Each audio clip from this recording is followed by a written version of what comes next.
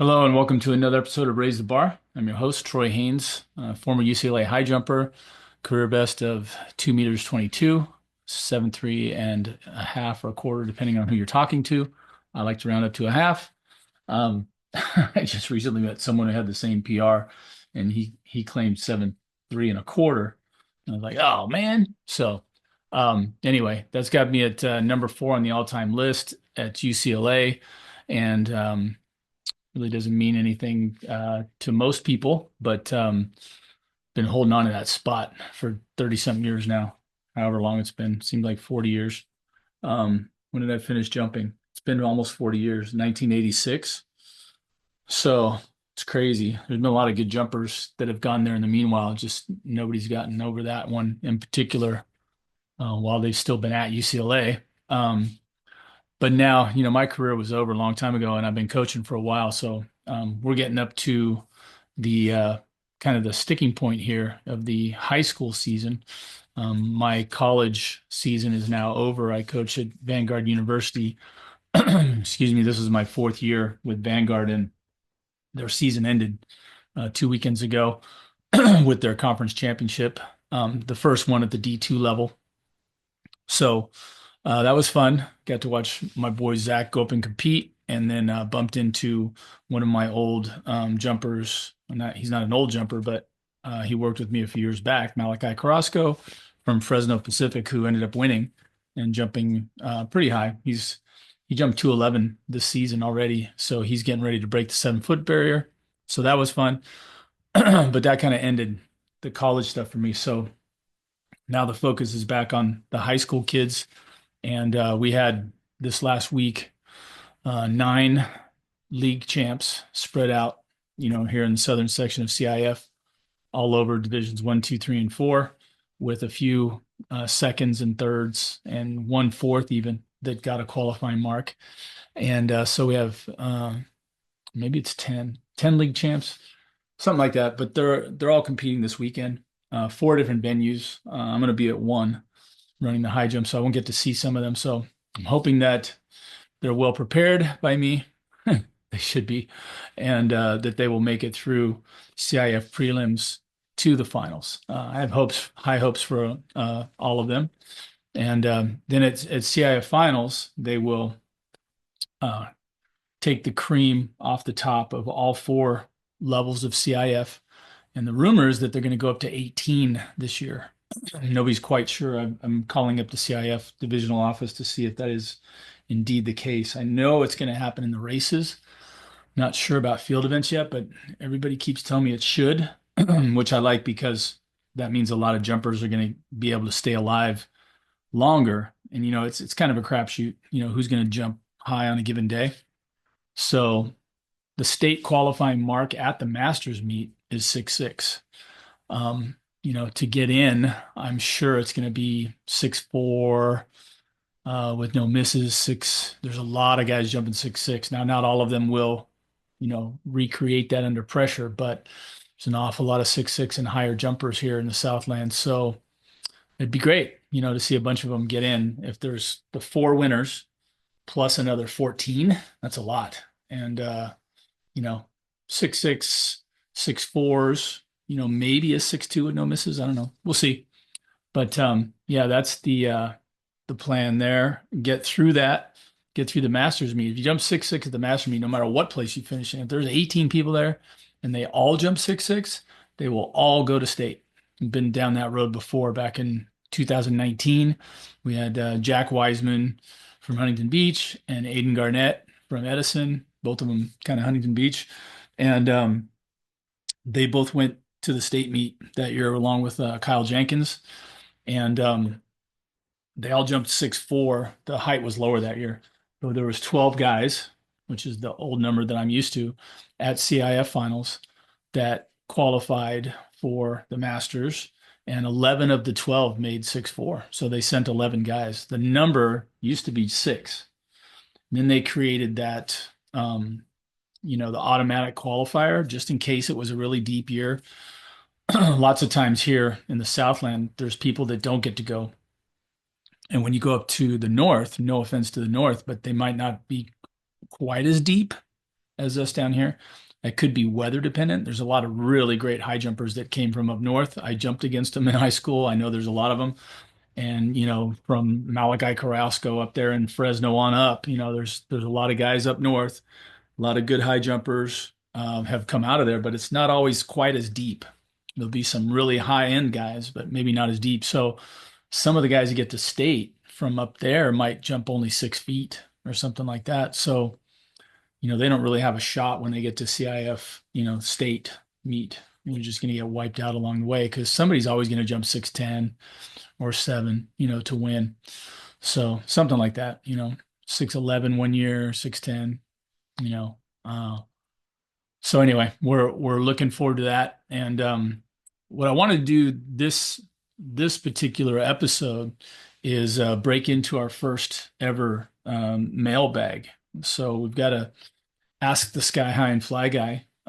If you want to get your questions answered in the email bag, send us an email, sky high and fly at gmail.com. You can do that. You can also send me a direct DM on the Instagram at Sky High and Fly Jump Lab. Either one of those would work, and we'll be happy to get to your questions. So the first question I pulled was, how can I get better when my team doesn't have a high jump coach? Talk about where I live. This is one of the reasons why this business got started, and kind of why I got started coaching. A lot of jumpers kind of get found out by accident. One of the things I have not been able to do in all my times of coaching, all these years, I've really tried, and I've only been a head coach once or twice, and didn't really stick because I'm not much of an administrator. But I'm like an idea guy, and my idea is, let's see what everybody on the team can do. And it's a stolen idea. When I was at Millikan High School back in the 80s, the early 80s, 82 was my senior year. So 80, 81, 82. We held the decathlon every year.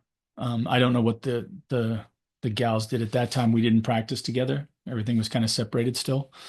And so we just held the decathlon every year, and we did it by grade. So, and we only had a 3-year school, so it was 10th, 11th, and 12th grade my first 2 years.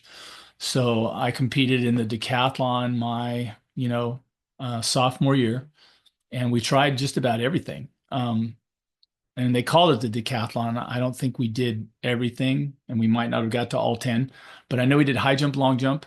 I know we didn't throw the javelin. Can't do that here in California at the high school level. So that's one for sure. I'm pretty sure we tried the pole vault because that was where I first got exposed to the pole vault, was Millikan High School. The pits were out, the poles were out, nobody coaching it, but it sure looked like fun, and it really is. If you ever get the chance. Oh my gosh, I almost gave up high jumping for pole vaulting. That's how much fun it is. So but we did the sprints, the hurdles, high, long, pole vault. So there's the three that are always in the deck. We did throw the shot. I know we did not throw the disc. So that's one that's out. So it was in name only decathlon, but we did a lot of the events, and everybody competed, like everybody that was going to be on the team. And it was kind of a point of pride. Like, I think might have been a little bit more literate about track and field than kids are now, especially with the history, especially here in the United States, because the decathlon used to be dominated by the U.S. We had great decathletes forever, right up until Bruce Jenner, and then we obviously had the Dan and Dave, and we've had a couple since. But I mean, we really used to dominate, and it's not the same anymore, not the way it was. But so anyway, we would do that, and it was real competitive. And the advantage that I figured out, the reasons that our coaches did it, was instead of getting a bunch of people that come out for track, and now some of us had been doing track and field. I did track and field in 8th and 9th grade in junior high, and they had actually pretty organized things. We didn't have anybody teaching us how to high jump, but we had meets, and those were fun. And so you had been doing, stuff already. I remember running in some relays, a slow white guy like me, running relays was pretty funny. But I tried long jump and high jump and stuff like that, even in junior high. So, you came into high school sometimes with a little bit of experience. Most of the time now, my experience in high school, and it depends on where you're at. Some people have a decent, I would call it the grassroots, of the feeder schools coming into their high school may actually have some of that stuff. We don't at Garden Grove High School where I work. If we do, it's well hidden. But so you would come in with some previous experience, and then, but even then, the coaches still really don't know what you can do. You might say, "Hey, I want to go out for sprints." I get this all the time when I was at Garden Grove. Be like, "Hey, I want to go out for sprints," and you say, "Okay." You line them up and you watch them sprint. You're like, I think you're a distance guy, or I think you're a shot putter, or whatever. And then some guys are like, oh yeah, you're definitely a sprinter. So, the one thing that having everybody do the decathlon would have done for you is once you see the results, you kind of already know what people can do. And if you're watching as a coach when you're running it, I'm obviously going to be watching for there might be somebody who can jump pretty high but has terrible technique, and I might be like, maybe there'll be a better long jumper or triple jumper or something else. And then other times, maybe I just say, yeah, come on over. We'll start training you in the high jump too. But it seems to me it's a very simple way. And like I said, I didn't create that idea, but I definitely stole it from what my high school coaches have done. And even though I've got many head coaches that nod and go, yeah, great idea, nobody's ever done it, even though I keep trying to get them to do it. So, instead you spend the whole season sometimes finding out what people can do. So kid tries sprints, sprint coach kind of shuffles them towards the back because they're not very fast. They're getting the last of the reps and blah, blah, blah. And then it's like, after a couple meets, running fourth and fifth heat, not really fast. It's like, why don't you go try something else? Try one of the jumps, or go try the shot put or go to the distances. You're not very fast. Maybe you've got endurance. So yeah, you just it takes a long time. And then sometimes right before the end of the season, sometimes at league finals, somebody will throw somebody in there. Hey, you look tall. Why don't you go try the high jump?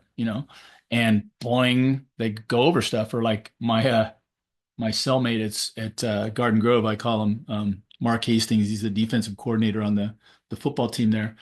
He said when I jumped 5'3" earlier this year at the Masters meet that I went to, he said, "Congratulations on being the tallest one in your class, because you run up if you're tall. You don't have to jump very high, and you can just kind of fall over the bar." So sometimes the tall ones just have that advantage, and maybe they got a little bounce, and they run up and they jump over something. They don't know what they're doing, but they can get over stuff. And so many times, just this week, I've had at least one, maybe two parents come to me and say, my kid just got exposed to this. And what do you know? They've got some talent. They jumped 4.8 and they won their league 4.10. You're like, okay. And they're like, they want to help them in 1 week, right? No pressure. I got one day to work with a new client and get her ready for CI prelims on Saturday. We're going to train tomorrow. So we'll see how good I am. But, you know, getting them ready, based on one workout, and but parents are just looking, and the trade secret is there are no high jump coaches out there. So, you know, how can you get better? The recommendation from me would be, now probably is better than it used to be. There are high jump coaches that are private, like myself. Uh, I'm not a club. I've never really wanted to be a club. It takes too much organization. Like I said, I'd rather just set up times and say I'm going to be at a certain place and train.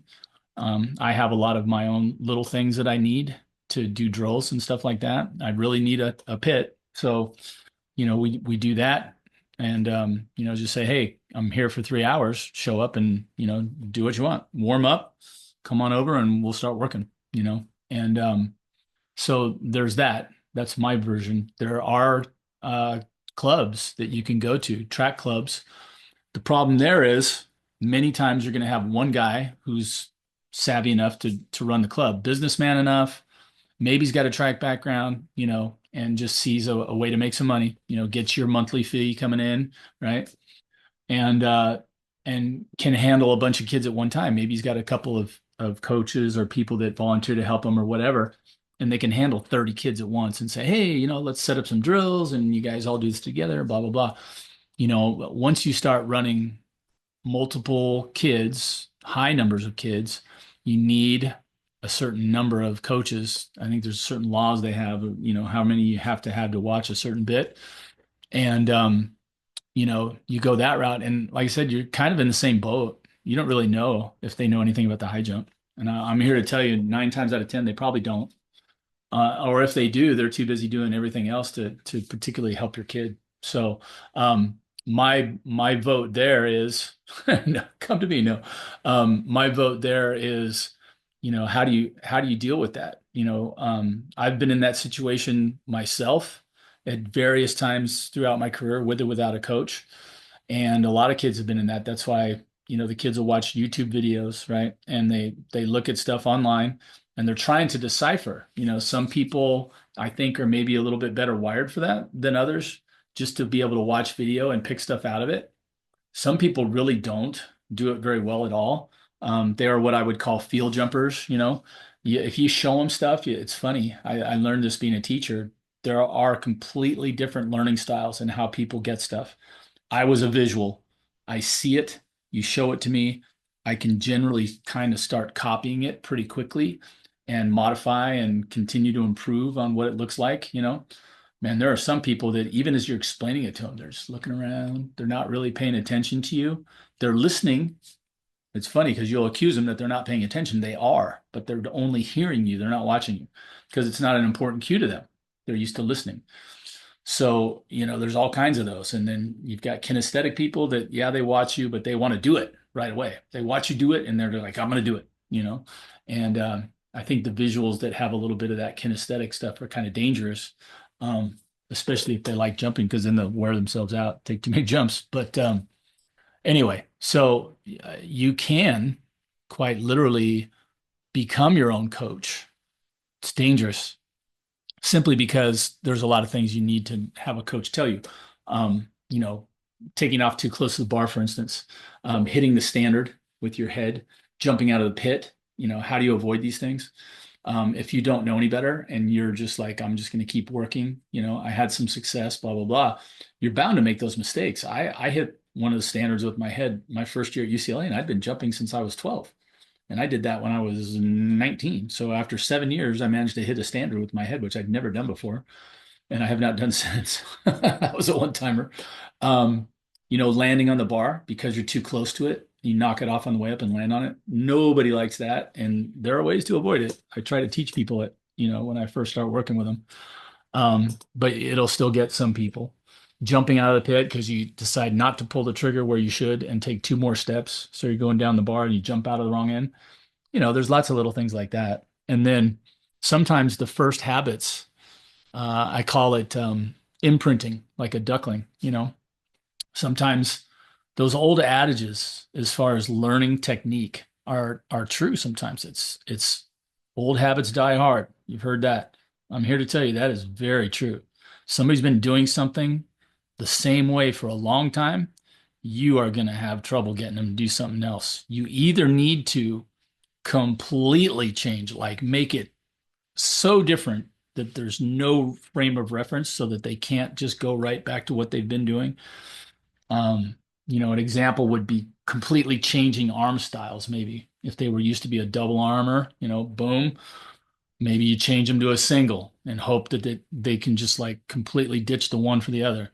So I'm here to tell you that that adage is definitely true many, many times. Old habits are hard to break. Same kind of thing, right? It's really difficult. You have to spend a lot of time, a lot of reps, be patient, do a lot of walkthroughs, a lot of run-throughs. A lot of times, man, it's just like it's almost like you can watch it. It starts to try to change, and then the brain will shift it back and get back to where it was before. It's like this is what we do. This is how we do this. And for a young kid without a coach, how did they get over the first bar they did? Well, they drove their knee up and they fling their head back and they got over. And what happens then? Hey, good job. High five, right? If you're a guy and cute girl says, hey, good job. You're like, oh, great, thanks. and you're like, oh wow, I'm gonna make sure I do that again. You get positive reinforcement, right? You get success. If you have success doing something, you need to repeat it. Why wouldn't you? Unless there's somebody there going, you know what, this is gonna work for a while. And then when you got to some decent heights, which look way higher than what you're at now, and you might think you're jumping really high, but compared to others, no. But you're not going to say that to someone, right? But you just go, later on, this is going to cause trouble for you. So I'm going to try to nip this in the bud right here. But I tell you what, man, if they start doing it and they have success doing it, they're going to keep doing that. And it's going to be harder for you to get rid of. Um, I do it, I still get that with kids when they come to me the first time, any client. Um, I had a one jumper from Chico State this year come down for the summer. And, we really started working on one thing in particular. And man, just it's like pulling teeth sometimes. Like, I want to get you farther away from the bar. I want you to plant your foot at the back right corner of the pit with your left foot. I want you to do this. And time after time, man, got foot plant to parallel and right on top of the bar. And I mean, this is a tremendous talent too. And those problems I've got a lot of experience dealing with. And unfortunately, we just had a 9 week summer, so I got a chance to do some work, and then what happens? The athlete goes back to a situation where they don't have a coach that they trust, and those old habits, man, they're hard to get rid of. They'll come back. So yeah, it's pretty amazing. So the original question before I wandered off track, which those of you that know me, it's the way that usually goes, was how can I get better when my team doesn't have a high jump coach? And, you know, um, it's definitely tough. I would say if you're a parent or you're a young, jumper in the area here in the Southern California area, you can always, try the Google search, find someone and see if they are, hitting on any cylinders with you. Here we offer video analysis, we offer, in-person training, training programs that include sprinting and plyometrics and joint stability and, all the stuff that I was trained to use on myself first. So, again, answering this question, this has been a lifetime long quest with me was, how do I get better?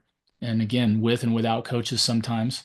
And so, I experimented on myself, and now you know why it's Sky High and Fly Jump Lab, because I don't know, we're just trying stuff out and see what sticks, and this is, geez, I started coaching in 1988, 89. 89 was my first year out of UCLA that I started coaching. So, it's been what, 11 and 25, 36 years. And there's been a lot of experimentation and modification and, so on. So if you can find someone like that you trust, there are some good coaches out there. They do advertise.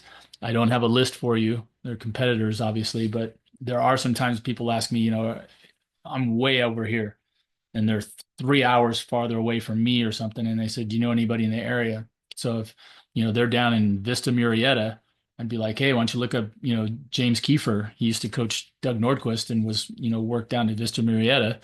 And he does, I would think maybe he still does some private work. He's retired from being the head coach there, but, I know he still works with some athletes. So sometimes, situations like that come up. So it's not an easy, quick answer on that one. Sorry to say on that, but great question. Here's another. This is something that's been coming up. How do the NCAA roster limits affect my chances of jumping at a D1 or D2 school?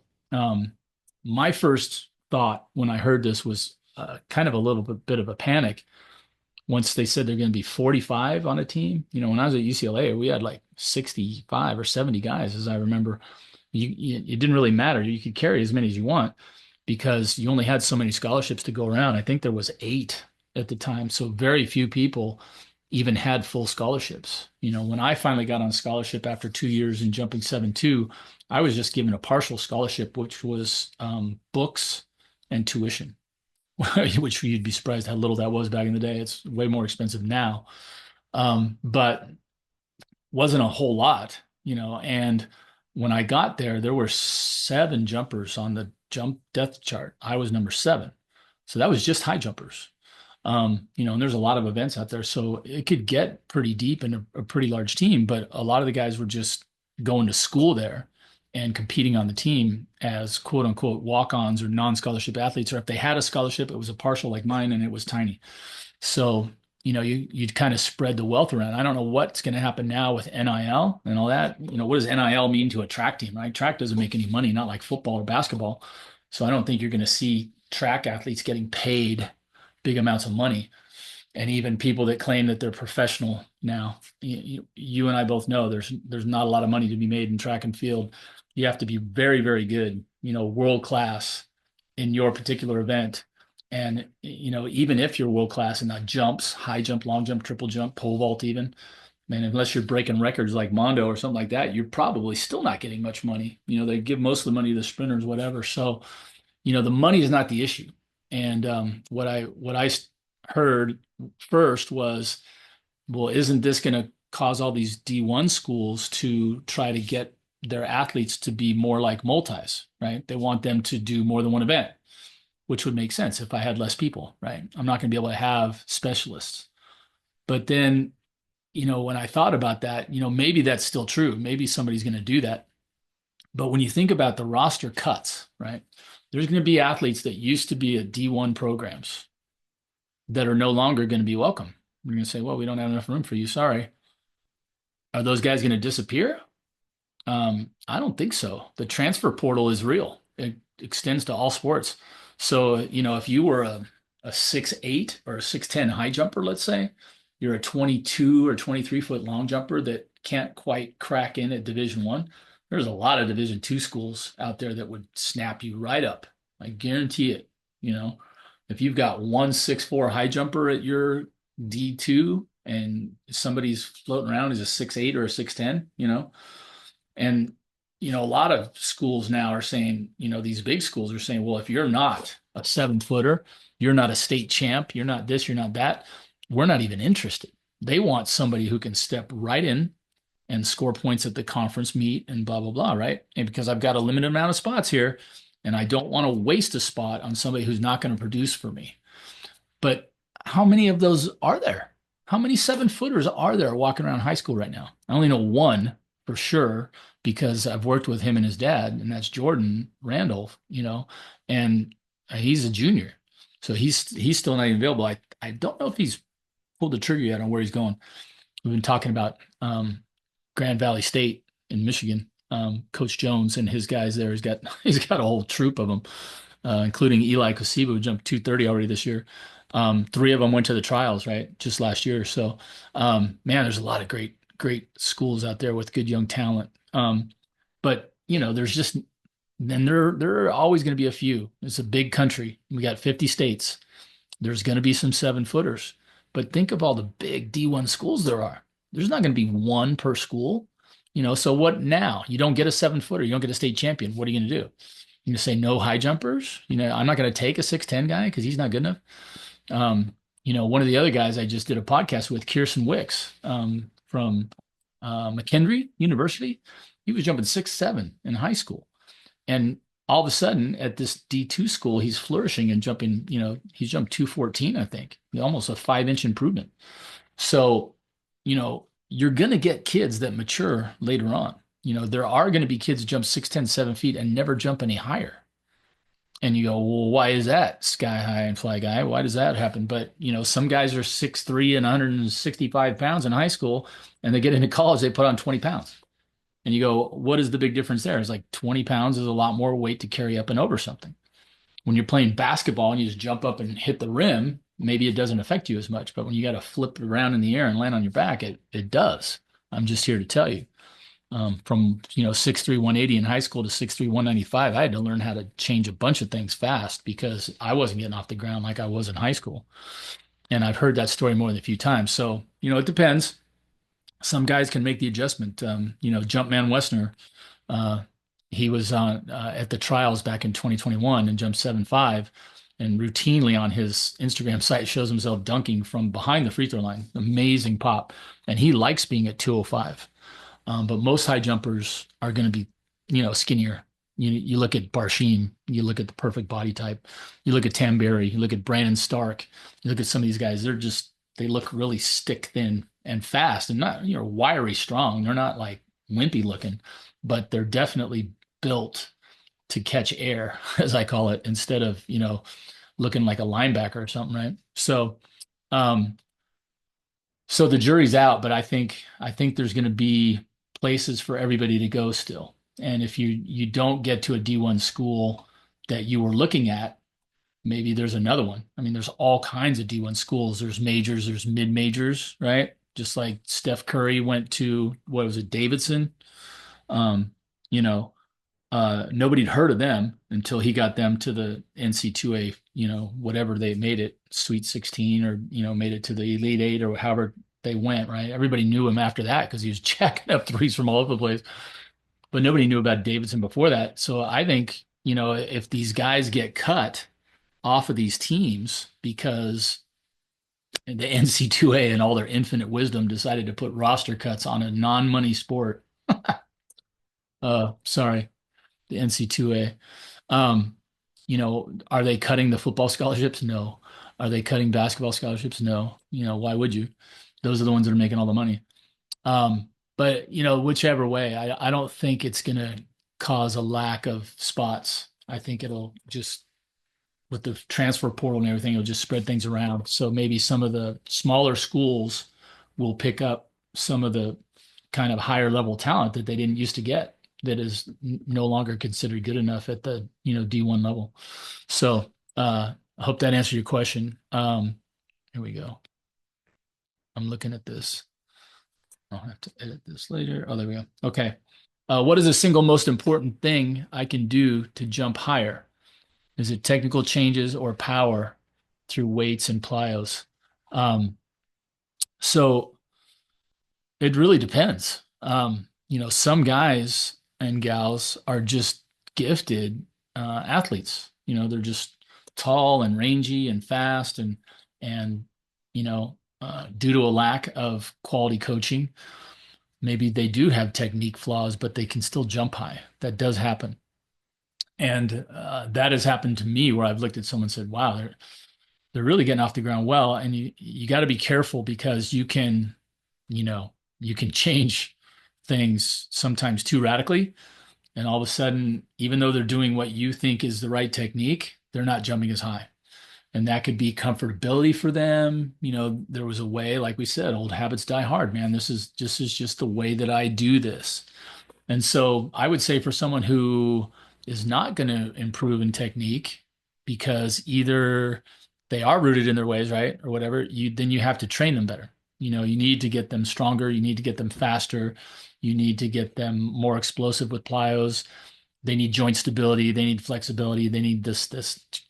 And I believe that's true either way. But it may be more true for someone who either isn't as technically minded or is going to have trouble changing. If you're saying, hey, I want you to get your hands up higher at takeoff, I want you to drive your knee over here, and they start doing those things and they just can't do them. Just can't. It's too hard. It's too this, it's too that, whatever the reasoning is. After a while, it's like banging your head against the wall. It's like, okay, well, let's try what you were doing and let's just make you more explosive, right? So you have that route. And then the other is sometimes you have people that are very technical minded and they do adapt and they do pick up things and they do get better. Sometimes it's maturity. Like we said, some people just mature early. Some guys jump really, really high in high school and like I said, that's it. They're really not going to get anything. They kind of matured and hit their peak early. Um, what do you do with them? You try to get them stronger, literally. And I believe I was kind of one of those. Jumped 210 in high school, 6'10" 3/4, went up to the state meet where I thought I was, a big deal and kind of got my butt handed to me by some really good jumpers that I never beat in my whole career, even in college. A little bit humbling, but then, and I, like I said, got to college and I put on 15 pounds. And that first year I jumped 6'8". And I've heard a lot of kids that do that. They hit a height, put on weight, comes down, doesn't go back up again, and they end up walking away from the sport. I threw all my chips into the weight room and, added the power. So I was learning some technique stuff from Del Davis and Lee Balkin, the two jumpers that I worked with at UCLA, two UCLA greats. Shout out to Del and Lee. Um, but I was too heavy, and they both told me you're too heavy. First day, they're like, you're built like a linebacker, and I wasn't, but compared to them, I was a big guy. And so I had to really get after it in the weight room. When I think I might have squatted 220 in high school, but when I got to UCLA after that first year, when I squatted about 240, I didn't really get any better. Like I said, I really doubled down in the weight room and got my full squats up to 400, which wasn't reps. It was a one-time max, but there was a lot of building up to get to that. And, your 3 sets of three and 5 sets of five were pretty heavy. When I got my squats up like that year when I did that. So after my freshman year was terrible, I lifted that summer and the fall. And early in the fall, we were doing a 5 step drill, and I 5 step 210 again. So then I was like, wow, here we go, almost 2 years later. Well, 1.5 years later from high school, I've got some power back, and then I 5 stepped what it took me to a whole approach to do when I was in high school. And so I was like, okay, this feels pretty good. I got a lot of pop. And so for me, it's kind of turned into a power thing. I had a good coach, Baru Elias at Long Beach City, who was definitely a power guy because he trained Brian Stanton. If you ever saw Brian Stanton jump, good speed and everything, but Brian was powerful. And huge knee drive, beautiful cycling and layout. So envious of Brian. Shout out to Brian Stanton. Brian, if you're out there, get a hold of me, would you? I haven't talked to Brian Stanton in 40 years. Um, so, those things, power versus technique, it really does depend. And that's one of the themes that we talk about here on Raise the Bar, and part of the whole Skyfly and Sky Fly Jump Lab. The tenets that I've put up inside of that is that everybody's different. I don't think you can take one style and, either if you find someone who's suited to your style, you're going to look really good coaching them because, man, they do it just the way I did it. And so it's easy for me to do that. It's kind of like, Yoda and Luke, although they were pretty different, right? But you still get to the point of, hey, this is how you do this one move, or, whatever it is when you levitate something. And it's easier. It's always easier for me to deal with double arm jumpers who might be a little bit slower like me and really power up and drive their knee. Like that's right in my wheelhouse. But I have definitely tried to stretch myself these last few years working single armors. A lot of my gals are good single armors. So I'm starting to try to stretch, and realize that everybody's different, and everybody's got different strengths and weaknesses. Everybody matures at different rates, and there's so many variables in high jumping with technique. I want to create one of those almost like a video game where you go through and start it up and say, okay, I want to start off and make myself, create a new look me, or create a high jumper from scratch. Well, what kind do you want to be? Well, I want to be a really fast single armor, okay, or I want to be a slower double arm power guy, or I want to be a kind of a mix of the two, like a Derek Druin who had a big double arm gather, but then kind of turned it into a single arm. And then when I lay out, do I want to pop both my hands towards my hip, like the raise the bar guy here in the background? Or do I want to reach for my heel on the one side? Or, there's so many different ways you can go. And once like me, I've seen, such incredible jumps, but I don't sit there and go, wow, all these people look exactly the same. It's not even close. You watch the Olympic finals just last year, McEwen and Kerr, both double armors. And not super fast enough, but perfect builds. I mean, I don't know how tall McEwen is, but I know Kerr is like 6'7". When they show him running, he doesn't look like he's running that fast, but his strides are so long. I mean, he's really kind of moving. And boy, when he drives that knee up, for me, I put him in power jumper category for sure. I don't look at him and go, oh my gosh, what a great curve. Oh my gosh, this. Oh my gosh, that. I'm just like, he's strong and fast. And he drives his knee up and he rides it up to the top. And sometimes he just goes, and just kind of leans over it and pops his hips up a little bit. And other times he doesn't even do that. He doesn't need to. And I'm like, it's awesome. The jump that McEwen made, the 7-1 opening jump at the Olympic trials, or not the trials, I'm sorry. It was the final. He opened at 7-1. And was a foot over. I mean, knee drive was ridiculously high over for a 7-1 jump. I haven't seen a jump like that at 7-1 since I saw Sotomayor jump right after he broke the world record.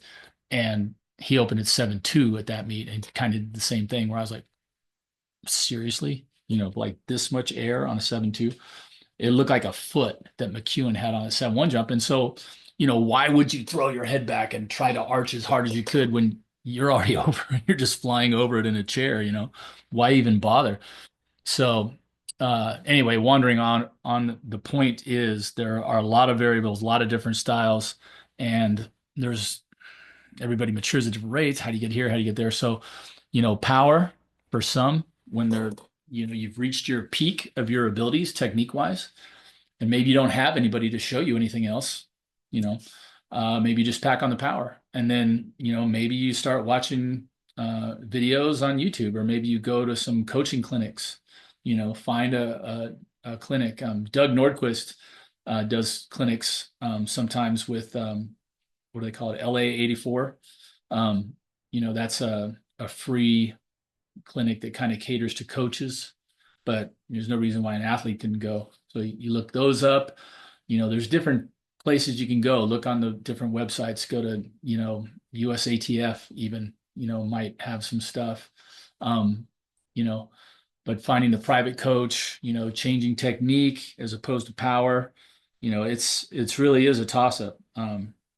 And obviously I would say instead of one or the other, it'd be nice if you could do both. Right. But you do have to have some kind of a technique guru with you if you don't know that, inherently. Every once in a while, you're going to find somebody who can just jump really, really high and they never had a coach and they don't need one. They just do it. And sometimes those kinds of athletes are become difficult as coaches because they don't understand why you don't know how to do it the way they did it. So they're like, just do it like this, and they'll show you again, even though they're in their 30s. They just jump right over something like, wow. But anyway, so I think we covered that. Let's try one more here. We've got how important is my layout position? I find when I think about my layout, my takeoff suffers, but if I get a good takeoff, sometimes my butt knocks off a bar that my knee is way over. Um, this for me is a huge issue because 9 times out of 10, when I start to deal with an athlete, I will ask them, first off, what do you want me to do for you? Obviously you want to jump higher. Okay.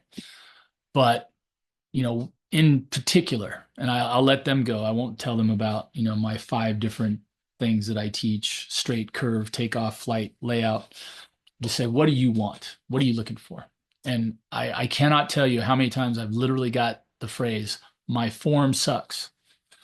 I want to improve my form because it sucks. And I used to think, well, which part? Which part are we talking about? But literally not 9 times out of 10, 99 times out of 10, or 999 out of 1,000, they mean layout position, like this guy behind me. They mean that they're not in that position. Sometimes they'll say, I get in a good position, but I can't hold it. Right. And you go, okay. Um, so I know when they say my form sucks that they want a better layout. What they're thinking is layout. They want to get in a better position of going over the bar. Everybody wants to look, really nice. And the funny thing is there's no such thing as aesthetics in the high jump. It's not a judged event. It's not like diving or gymnastics, right? We don't go, hey, you made it and he made it, but man, he sure looked so pretty and easy. And when you hit it, it was going like this. There is none of that, right? Nobody gives you style points. You don't get a 10 from the Russian judge and walk away with the title. It's like, no, you made it. If you made it on your first and I made it on my second, yours was prettier, but I made it on my first, you made it on your second, I win. I don't care how you got over. So it's kind of like an effectiveness deal, right? So what I find is that when everybody's trying to get into this layout position, like this guy behind me, many times they've learned, again, not by doing so much as sometimes it's kind of dangerous. They may have seen the high jump before they tried it. Like back when, I don't even remember watching Fosbury do what he did. And when somebody showed me the high jump, this was 1976, so it hadn't been around that long. Fosbury broke the world record in 68. So the Fosbury technique was 8 years old when I started doing it. And I don't remember we didn't have the internet. You didn't watch videos.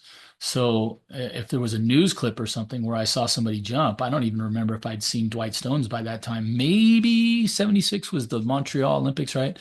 So I might have seen Dwight on TV, but I don't, remember a lot of that. And when I jumped, I didn't have a layout. I sat in a chair. I've got pictures of me sitting, literally knees up, hands up this or down here, whatever, and knees bent, up at perfect 90-degree angles and just knee way up, head way up over the bar, butt just barely making it, but I was making bars because I had pop.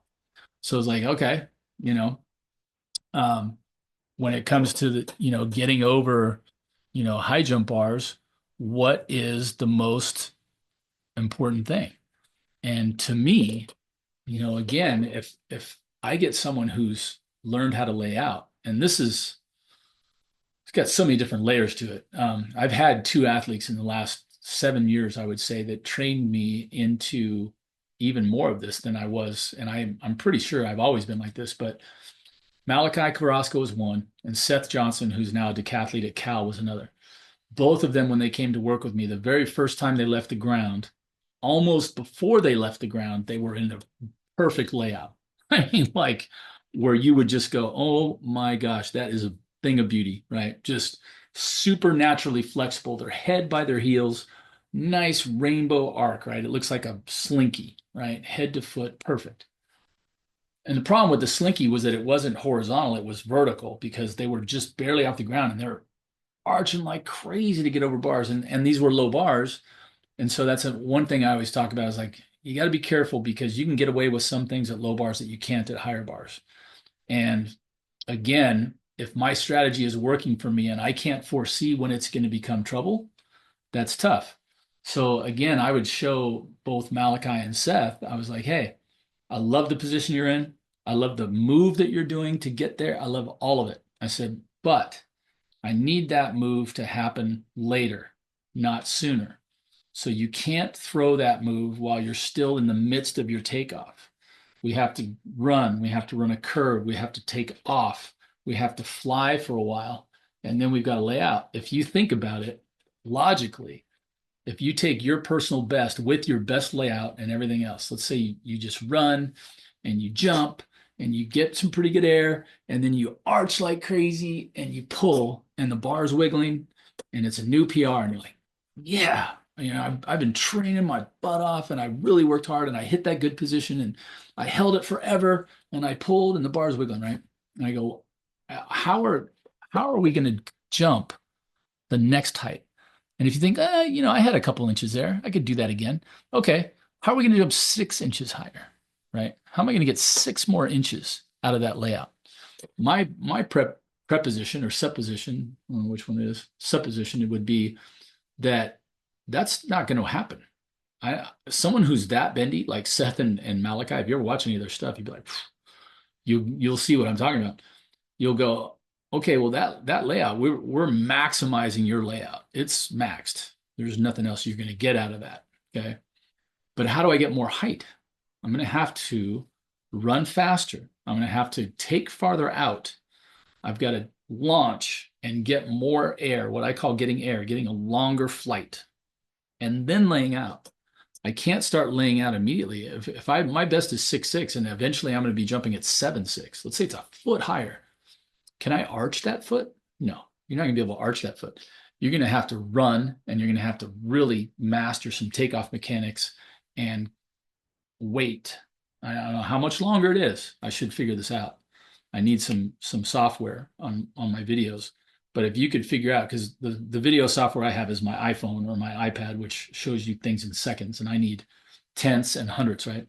But how much longer does it take a knee to go from 6'6" to just keep riding and go to 7'6"? Whatever that time is, it's a definite difference in time that I need to delay my layout process. Okay.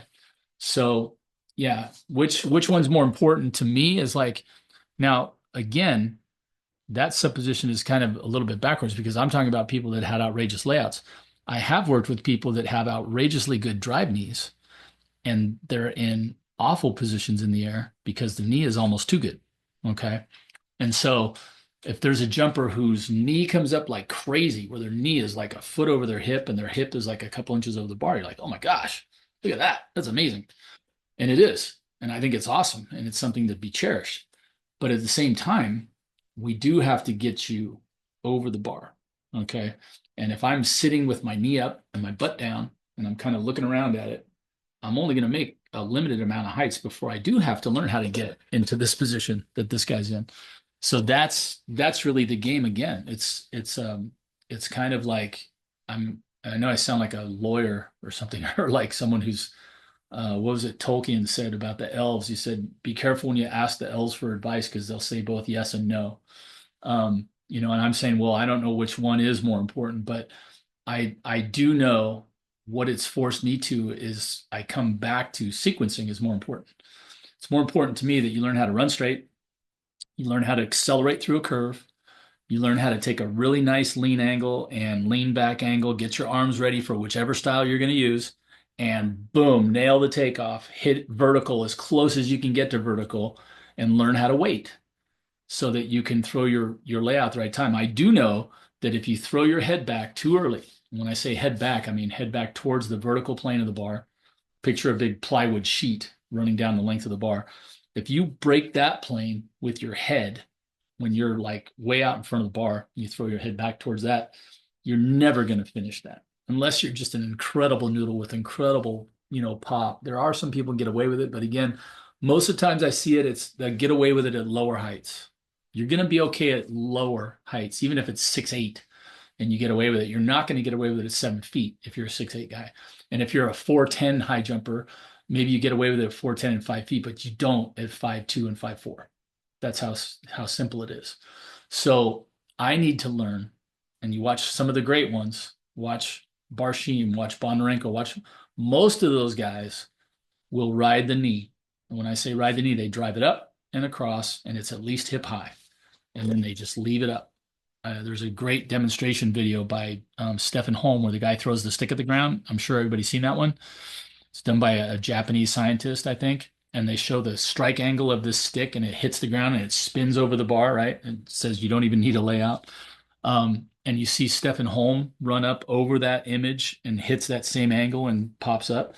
If you watch what he does, he drives his knee back into the curve, which is why I'm convinced, one of many reasons why I'm convinced that's the number one element. And he leaves it up. He just leaves it up. And then at the very top, he leans his head back. So his layout is head back kind of dependent, but he just kind of rolls into it. And I've seen that a lot with single armors. He doesn't really have a pop move like some of the double armors would. So, riding the knee up to the bar and then laying out, my contention is if I can master straight, curve, takeoff, and flight, and that flight, that's the only phase. If you're want to be better at jumping, that is the phase that needs to get longer. All these other phases need to get shorter.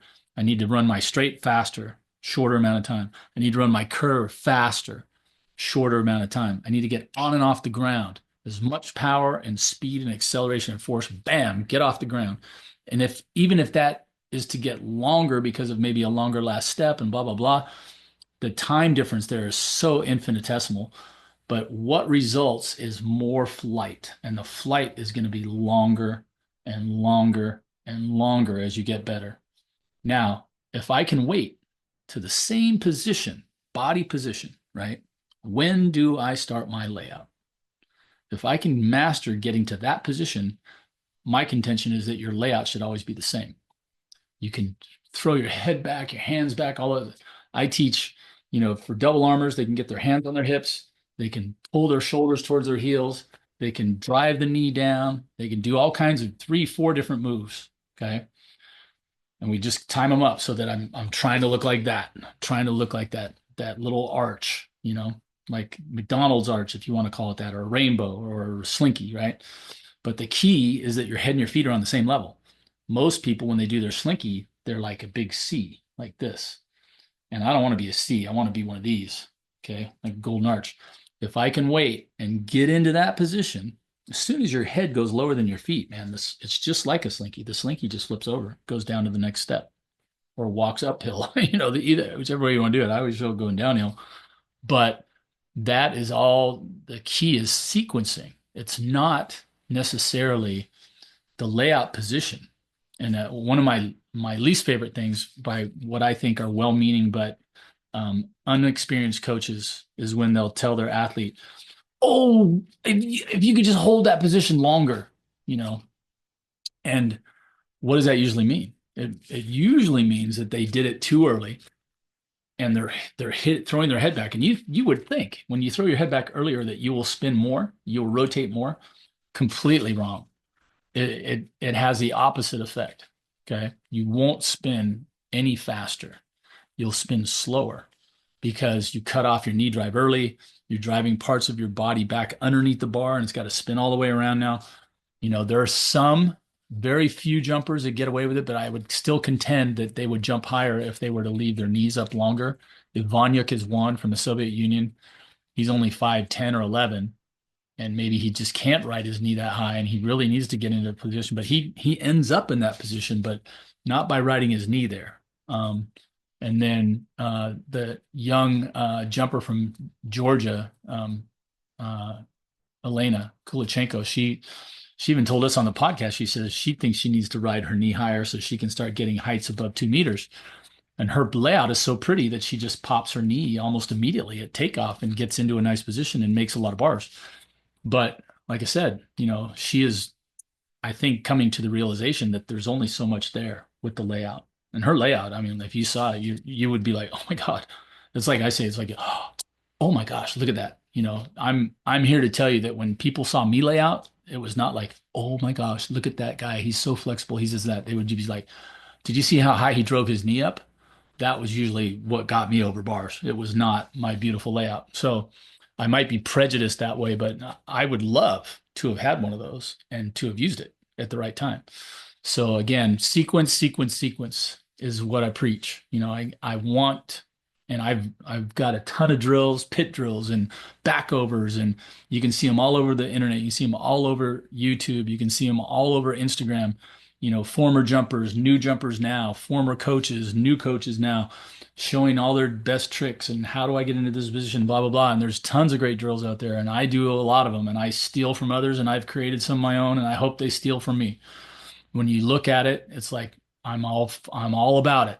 I'm all about getting you into that position because yes, it is very efficient. It gets you over the bar. And like many people have said, the beauty of the Fosbury is that the center of mass of most jumpers is actually lower than the bars that they clear. Okay, because of this layout position. So if you look at this guy here, his legs are down under, right? If your head and your feet are down below the bar while your hips are up above it, the center of mass can be down lower than the bar. So it's very efficient, but it needs to be done at the right time. Okay. When you throw your head back and you're going towards the bar, I think it's a mistake. I think we need to go up. We need to start to fall across. And then once your head has broken through that vertical plane, now you can picture another plane going horizontally. You see this guy here, he's pulling his shoulders down towards his heels because he's already past the plane of the bar. That's the way we get there. If we started it too early, yes, you can get away with it. I just don't think it's going to be consistently gotten away with. You can occasionally. Superhuman efforts and adrenaline are amazing things, and you can make a jump you never made before. When I watch Mahuchich, the 6'10" jump, I think she's too close to the bar. I think she ditches her knee drive early, and she kicks her leg out and then swings back into a layout simply because she's too close. Her brain knows she's too close and finished it for her. But I'm like, when you look at what she's doing, the knee drive up and across is like, oh, mwah. The running, the straight, the curve are fantastic. The only reason she can't ride her knee up is she was a little too close on the 6'10" 3/4 jump. Now, if she had been an inch or two, that's the tiny bit of amount we have to change, an inch or two farther out, she would have been able to leave that knee up a tenth of a second, 5/100ths of a second, I don't know, but longer. And what does that do? That gets me a little more air. And I don't have to throw my head back. I don't have to ditch my knee early. I can just let them ride. I think Mahuchich could jump 7 feet. I think she's got that in her. But if she's too close to the bar, she's going to struggle to jump any higher than 210. It's just difficult. I've had some really good jumpers come to me, and when they're bar crowders, I call them, it puts too much stress on you. It's very difficult to hit vertical as you're running really fast and close to the bar. You need some space. If you don't hit purely vertical where you're coming up one just perfect 90-degree angle to the ground, if you're tilted towards the bar just a little bit, guess what? You're going to get to the bar quicker. It makes sense, right? So what do? If I've got somebody who's doing that and I say, man, you are straight, your body lines are perfect, legs straight, arms are up, knees across, but we're just tilted over a little bit, right? Instead of here, we're over here. What do I do with that guy? Slide him out just a little. Just 2 inches can be a huge difference. Okay. But one thing about those people that are bar crowders now, they might drop their knee early, but they learn how to get it across. Because if you don't drive your knee back in the curve, you just eat the bar. You're right on top of it anyway. So if you're right there and you don't hit vertical, you're just going to bink. You go right across or right under it. So I have actually started adapting my thinking on that. I used to just move everybody out and say, yeah, you got to be farther out. And some people start diving because they don't think they can go up first and get over there. So you have to be careful. Sometimes I'll put the bar, at low heights first, but keep moving them forward, which is kind of weird, but it really does force you to pop your knee inside. Well, hey, that's we're gonna cut it short here. That was a good ramble. We had some good questions there in our first ever mailbag. If you would like your questions answered, by the Sky High and Fly guy, please send them in. Again, you can DM me on Instagram. I have both the Sky High and Fly Jump Lab and the Sky High and Fly guy. Either one of those, be happy to get those. And you can try the email, like I said. It's skyhighandfly@gmail.com. Send those in, and we'll get after it and have another mailbag soon. The again, shouting out to all my athletes all across the divisions of CIF. Big week coming up, the CIF prelims, which is a weird big day. There's generally anywhere from 40 to 30. Division 3 only had 25 guys at this level, but they're going to cut from 25 down to 9 is the way that it usually works for the final. And then from those 4 groups of 9, so there's Division 1, 2, 3, and 4 from D1, just like D1 and the NC2A is the biggest. D4 would be like small schools or like NAIA comparatively. So D1, 2, 3, and 4, you have your 9, however that all shakes out once they go to finals, but they'll take the top 18. The first 4, 1 from each level, I think. I think. Don't quote me yet. I'm still not sure. I got to check with CIF office. I tried to call him today, but I called him too late. All right. Until next time, keep joining us again. Hit the subscribe button if you haven't done so before. We're here on YouTube with the video part.